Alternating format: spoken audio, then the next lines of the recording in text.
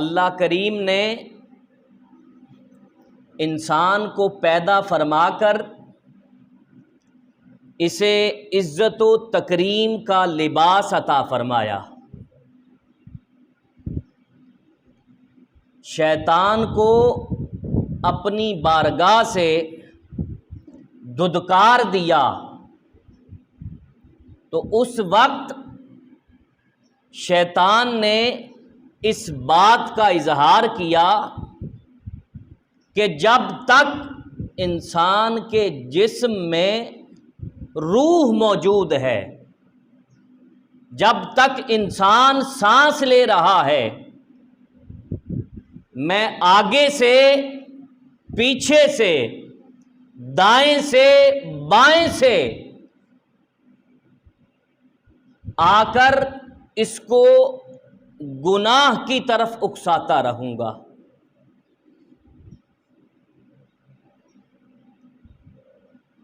گناہ کرواتا رہوں گا، اس کے دل میں گناہ کی محبت ڈالتا رہوں گا۔ اللہ کریم نے اس موقع پر فرمایا کہ مجھے اپنی عزت، جلال و کبریائی کی قسم، میں بھی اس انسان کو اس کی آخری سانس تک توبہ کی توفیق دیتا رہوں گا۔ میں بھی اس کے آخری سانس تک توبہ کا دروازہ کھلا رکھوں گا۔ اگر یہ مجھ سے بخشش مانگے تو میں اسے بخش دوں گا۔ یہ بنیادی طور پر ایک ہڈن جنگ ہے انسان کی شیطان کے ساتھ، کہ شیطان نے اللہ کی بارگاہ میں جا کر چیلنج کیا اور کہا کہ میں ان انسانوں کو اکساؤں گا، گناہ پر اکساؤں گا، برائی کرنے کی طرف ان کے دل کو لبھاؤں گا۔ اللہ رب العزت نے فرمایا تو جا کر کوشش کر لے، جو میرے بندے ہیں وہ تیری اس راہ پر نہیں چلیں گے۔ پھر اللہ تعالیٰ نے کرم فرمایا، اس نے ہمارے لیے بخشش کا دروازہ کھول کر اللہ نے انسانیت پر فضل فرما دیا، اپنا کرم فرما دیا۔ انسان اپنے ظاہر کو تو صاف رکھنے، اپنے جسم کو ستھرا رکھنے کا خیال تو کرتا ہے، مگر اے کاش اتنا خیال وہ اپنے باطن کا بھی کرے۔ اور گناہ یہ وہ داغ ہیں جو ہمارے باطن پر لگے ہوئے ہیں، گناہ وہ پلیدی ہے جو ہمارے باطن پر لگی ہوئی ہے۔ ایک بہت بڑے عالم گزرے، حضرت محدث ابن جوزی، انہوں نے ایک جگہ لکھا کہ میلے کپڑے کو جس پر گندگی لگی ہوئی ہو، اس کو عطر لگانے کی حاجت نہیں ہوتی، جبکہ میلے کپڑے کو کس چیز کی حاجت ہوتی ہے؟ میلے کپڑے کو صابن کے ساتھ دھونے کی حاجت ہوتی ہے۔ جب ہمارا من گناہوں کی وجہ سے گدلا ہے،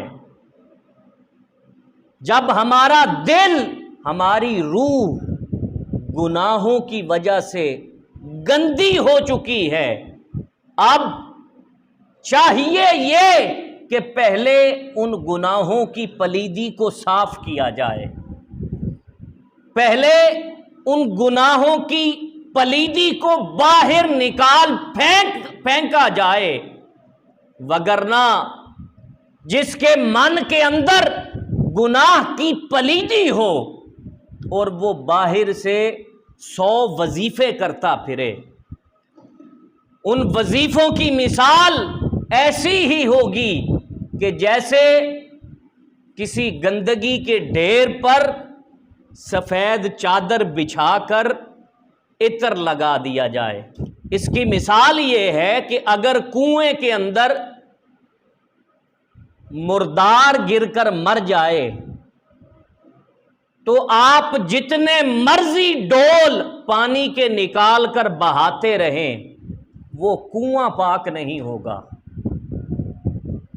پہلے اس مردار کو اس کنویں سے نکال کر باہر پھینکنا ہوگا، اس کے بعد اس کنویں سے پانی باہر نکالنا ہوگا، تب جا کر وہ کنواں پاک ہوگا۔ ہمارے من کے اندر یہ جو گناہوں کا مردار موجود ہے، طرح طرح کے گناہ جب یہ جمع ہو جاتے ہیں، جب یہ اکٹھے ہو کر ہمارے من میں موجود رہتے ہیں تو ان کی شکل مردار کی سی ہی ہو جاتی ہے۔ تو اگر ہم اپنے من کا یہ کنواں صاف کرنا چاہتے ہیں، اگر ہم اپنے من کی اس غلاظت کو دھونا چاہتے ہیں، تو پھر ہمیں پہلے ان گناہوں کے مردار کو اپنے دل کے کنویں سے نکال باہر پھینکنا ہوگا، تب جا کر ہمارا دل اس گندگی سے پاک ہوگا۔ اس ساری تمہید کا مقصد یہ تھا کہ استغفار کرنا، اللہ سے بخشش مانگنا، یہ ہم سب کی ضرورت ہے۔ اپنے باطن کو پاک کرنا یہ ہم سب کی ضرورت ہے۔ اس کے بغیر سچا اطمینان نہیں حاصل ہو سکتا۔ جب تک انسان باطن پر لگے گناہوں کے داغ کو صاف نہ کر لے،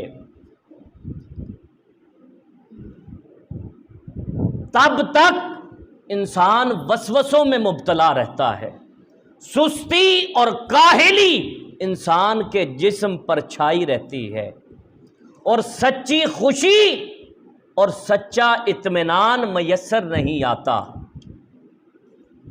جب اس کا باطن گناہوں کی آلائش سے پاک ہو جائے گا تو اسے سچی خوشی بھی نصیب ہوگی اور سچا اطمینان بھی نصیب ہوگا۔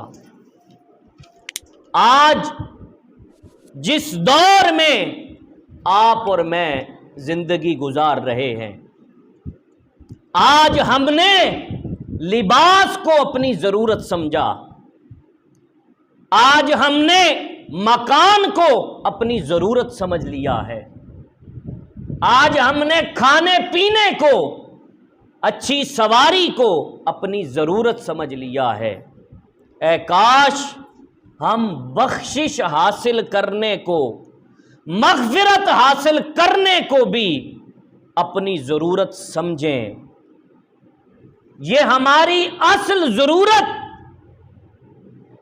بخشش حاصل کرنا ہی ہے۔ اگر انسان بخشا گیا تب ہی وہ کامیاب ہو سکے گا۔ اگر انسان کی بخشش نہ ہوئی تو یہ لباس، یہ مکان، یہ اچھی سواریاں، یہ تمام چیزیں راندہ درگاہ کر دی جائیں گی۔ انسان کی اصل بقا بخشش حاصل کرنے میں ہے۔ اگر بخشش حاصل انسان نے کر لی تو انسان کی دنیا کی زندگی بھی کام آ گئی اور آخرت کی زندگی بھی کام آ گئی۔